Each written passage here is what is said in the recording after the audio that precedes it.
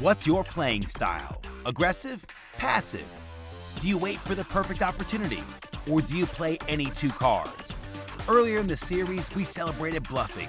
But while the occasional bluff never hurt anyone, the best advice for a beginner is to keep it tight. Level 2 continues with player styles. There's no right or wrong way to play poker. There's not one method that will guarantee success, but there are ways and means for you to maximize your chances of winning. There are good habits and bad habits. There are situations to avoid and situations to seek. And there are those who have the knowledge to exploit them. We're going to teach you how to master the game, from the basics to the advanced.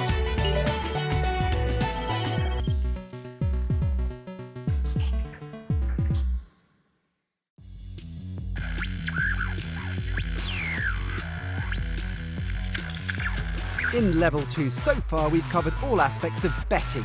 When to bet, why to bet, and how much to bet. Now it's time to start fine-tuning your own game with a look at playing styles. We're going to look at the tight, aggressive playing style that's recommended for beginners and examine some of the pitfalls of playing other styles. There are 2 tutorials for you to take in, that's the complicated bit, and as ever, we travel around the globe for our fix from the Poker Vault. Today, the action comes from San Remo as we relive the events of 2008 in detail and review a tight, aggressive master at work. We also have the pro analysis section where a hand is dissected in detail. This time, Daniel Negreanu is in the chair. And 4 of the best get together to discuss how they develop their own style. Taking part in the powwow today, Veldhouse, Walbeck, DeMello and Mattern. But first, it's time for the tutorial.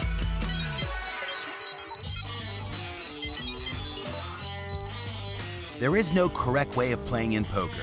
Everyone has their own style, and a lot of different styles can produce a profit. Some players like to play most of their hands. Others just focus on getting the maximum out of their best hands. The tight aggressive playing style is recommended for most players. So what is the tight aggressive style? Playing tight.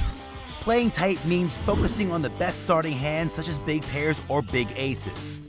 If the situation is right, they may also play hands like lower suited aces and suited connecting cards.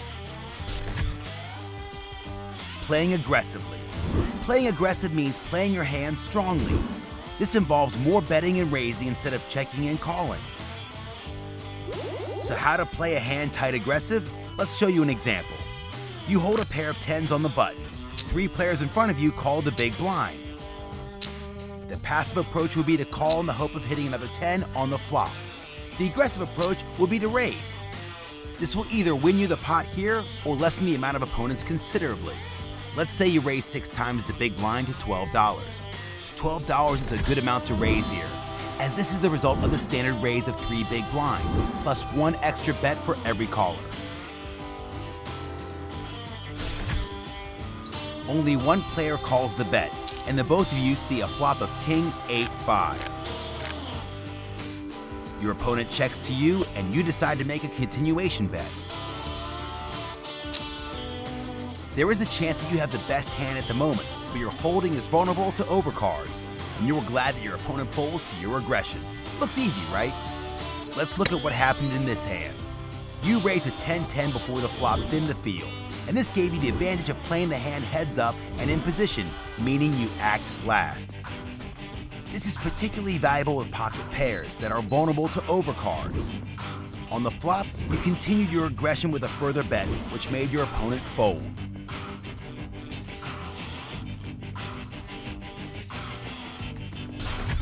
This graphic shows different types of playing styles. On the top right, the loose aggressive style, i.e. playing many hands and putting a lot of pressure on your opponents. On the bottom right, the loose passive approach that is commonly played by many beginners.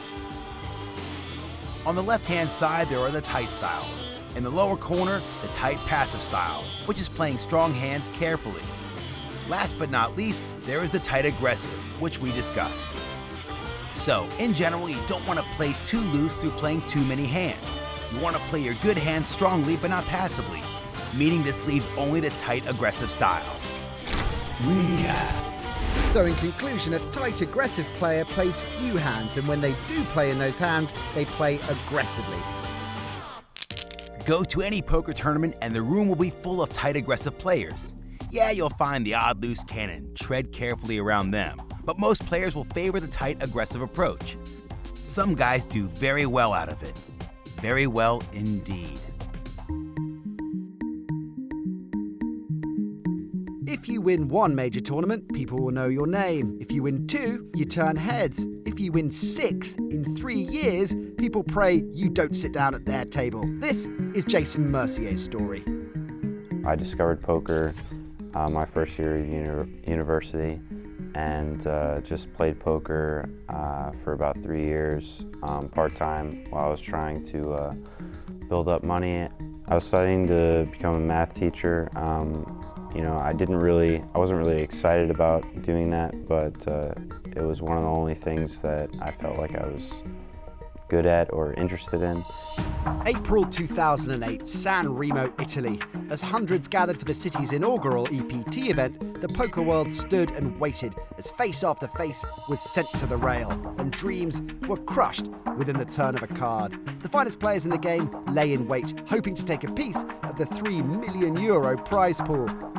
But within the crowd sat a 22-year-old from Florida. Barely noticed by the spectators, young Jason Mercier was about to change his life forever. When San Remo first started, I really was just trying to make it to day 2. And at the end of day 2, I was the chip leader of San Remo. There was 31 players left.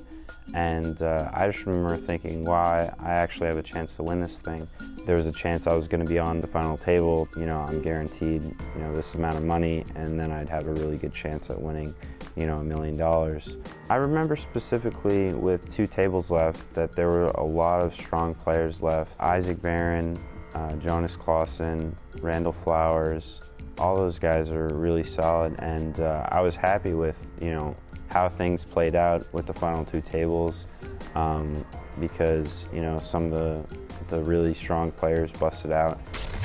Jason had made it to the final table, and once there, it was one hand that lives on in poker lore as one of the greatest calls in EPT history. When there were 4 players left, I got into a hand versus Eric Koskis, which ended up being the swing point for me. It pretty much won me the tournament. I ended up deciding to play 9-5 off from under the gun, just trying to steal, and he defended with 10-3.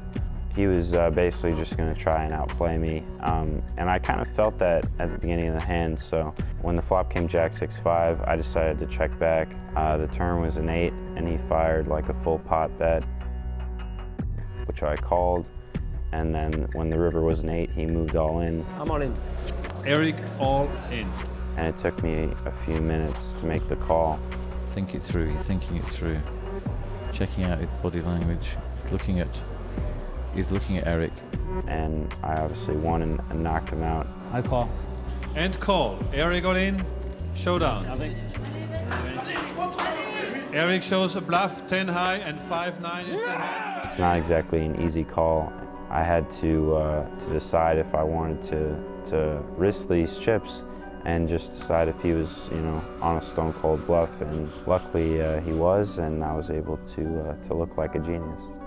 Congratulations, sir. Thank you. It's wonderful. Really wonderful. That hand alone signified a special talent and made sure the poker world now knew the name Jason Mercier. And soon, he had the title to enhance his reputation even further. The whole final table just ended very quickly. It was only about 2 to 2.5 hours long. Heads up only took 2 hands. All in and call. Anthony, all in. We got all in, and I had king-queen against 7s and spiked the queen on the flop to win the whole thing. And we have a decision. Winner is Jason, runner-up Anthony Lelouch. I remember right after I won, I was just like so excited, just so happy that I did it, and I was happy with the money that I won, and I was just looking forward to what was going to come from this. Just 6 months later, Jason went on to win the EPT London High Roller event. Since then, he just hasn't stopped winning, and now with 2 World Series bracelets and 2 NAPT High Roller titles to his name, he's quickly earning himself a legendary status. It's easy to forget he could have been a maths teacher, but it was through these humble beginnings that his game developed. I think math is huge in the game of poker. You know, there's a lot of decisions that are made that should be based on, you know, math and, you know, statistics and just running the numbers and figuring out if you're supposed to call or fold. And yeah, a lot of people don't use that, and I think that that's one of the things that a lot of people struggle with.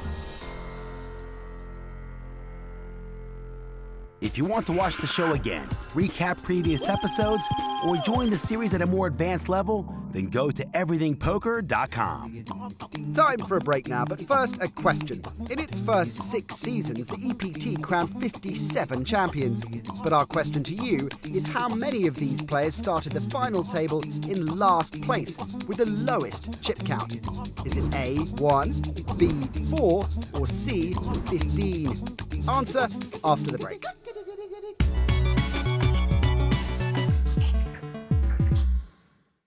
Before the break, we asked you how many EPT winners from seasons 1 to 6 started the final table with the lowest chip count. There has in fact only been one. A long time ago, a fresh-faced Noah Boaken did it in Copenhagen, season 1.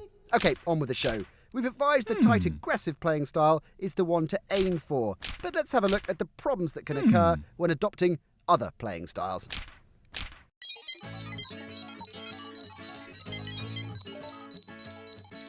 As we've mentioned, there are several different playing types in poker. We've shown you the tight aggressive. Now it's time to show you the others, the loose aggressive, the tight passive, and the newbie loose passive. Every style has pros and cons, and we're here to show you what they are. Loose aggressive style. A loose player plays in a lot of hands. An aggressive player, when playing these hands, is more likely to bet or raise than they are to check, fold, or call. Pros. You'll get lots of action. Never forget that poker is a game. You're there to play and have fun. When a tight player raises, you know that they have a strong hand. If you're a loose player and raise, your range of hands is so wide that predicting what you have is a difficult task. As a loose aggressive player, you will be playing more draws and bluffing more often. Your opponents will be more willing to play with you, and when you do have a monster hand, you could win a hefty pot. I know you're crazy, but are you stupid? Cons. A lot of the time, you'll be playing with a good hand, but not a great hand. Good players will put you to the test by making you commit a lot of chips with a medium kicker. When you get called, you'll often be behind pre-flop. If you play a hand like Ace-2, you could be dominated. So if you're loose aggressive, you'll get lots of action. It's hard for your opponents to put you on a hand. You get less credit for having a strong hand, but you are faced with tough decisions and you'll often be behind pre-flop. A lot of beginners play a loose passive style.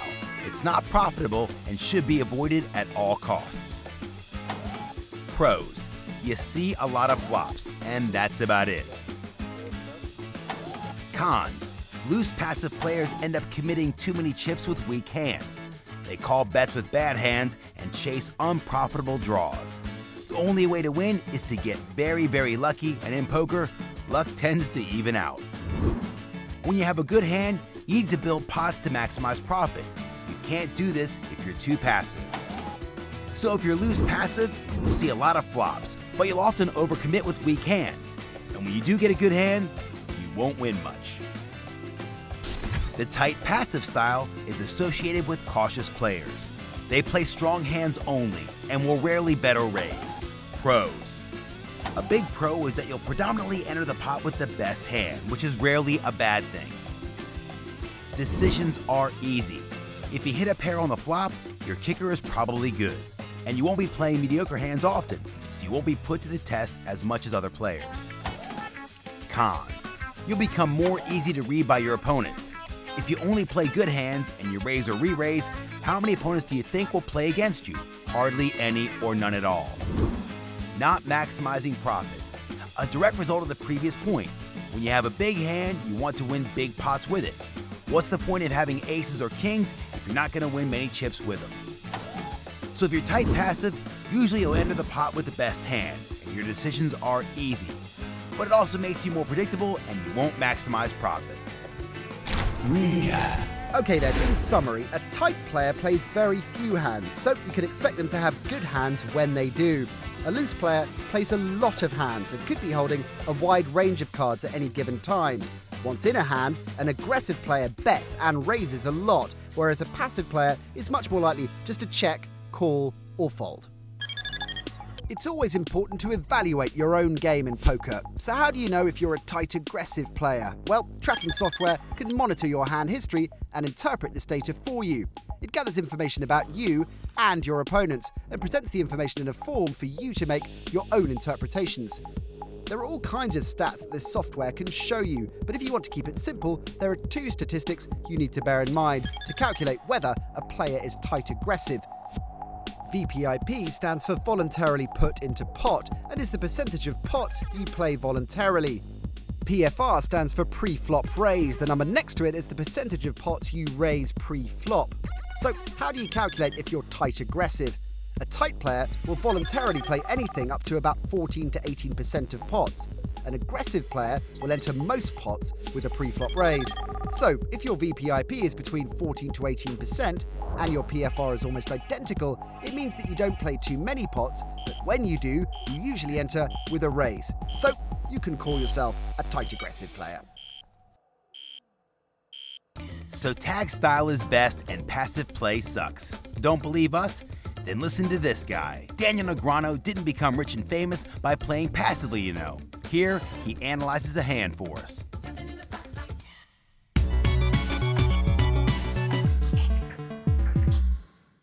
Now let me start by saying I'm all for setting traps and I'm all for being tricky, but there are some times in a poker hand where you just need to be aggressive and passive play will get you into trouble.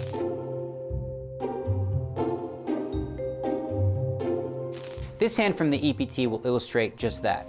Let's take a look here. So here we see ace-queen, early position. That's pretty much a raise, and here we're going to see the correct play, which is the raise.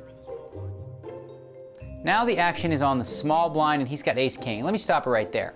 The bet was way too big compared to his stack size at this point to just call. Sometimes, like I said, with ace-king you can call, but in this case, Simonian really needed to just stick it in with ace-king, and he'd get himself in a very good situation because his opponent with ace-queen is going to call him, and as you can see, he'd be about a 3-to-1 favorite. Instead, by calling, what he does is he gives the big blind a good price to try and, flop something. And now, if he doesn't catch an ace or a king on the flop, he's probably going to have to check and fold. Whereas if he moves all in now, he's either going to A, win the pot before the flop, or B, likely get himself in a good situation against ace-queen.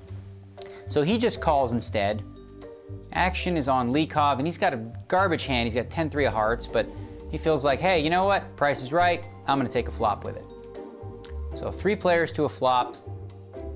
Simonian is going to have to act first as well, which is just such a big disadvantage. Position is so important. And now, as you can see, he's flopped nothing. Theoretically, he has the best hand in that ace-king highs ahead right now. But 10-3 of hearts for Likov is the favorite because he can catch any heart. He can catch a 5, he can catch a 3, he can catch a 10 to win this pot. And this is a hand that he shouldn't even be in because if Simonian would have played his hand right, he would have re-raised before the flop, got him out, picked it up. So it's checked over to the pre-flop raiser, who's going to be aggressive. Doshenko bets the flop. And now ace-queen is going to bully out ace-king. But he played his hand so passively here that now he's forced into a tough decision where he's probably going to just have to fold. So the action's going to be on Likov right now, who's got a big draw. And as you can see now by the percentages heads up, he's 62% to win this hand. And in situations like this, there's 2 ways to go, aggressive or passive. Now here we see the correct play, the aggressive move. If your opponent has something, oh well, you're still gonna have a lot of cards to catch to win, but if he doesn't, a hand like ace-queen, you're gonna push him off the hand. And Dovchenko folds, so as you can see in this one hand, illustrated how passive play cost ace-king the pot, and aggressive play won Likov the pot. So what does that teach you? Push, push, push, be aggressive when in doubt.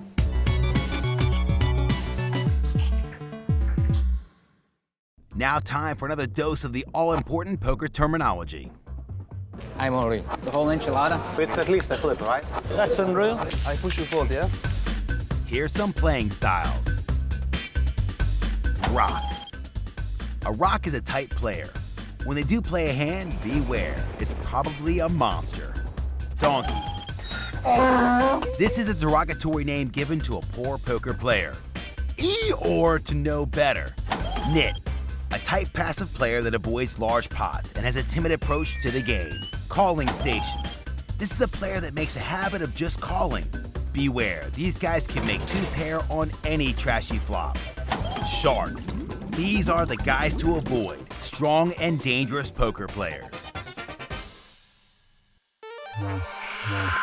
If you want to learn more about poker, then go to pokerstars.com. Now it's time for the powwow, and as this show is all about playing styles, let's hear some advice from the pros as they discuss exactly how to find the style right for you.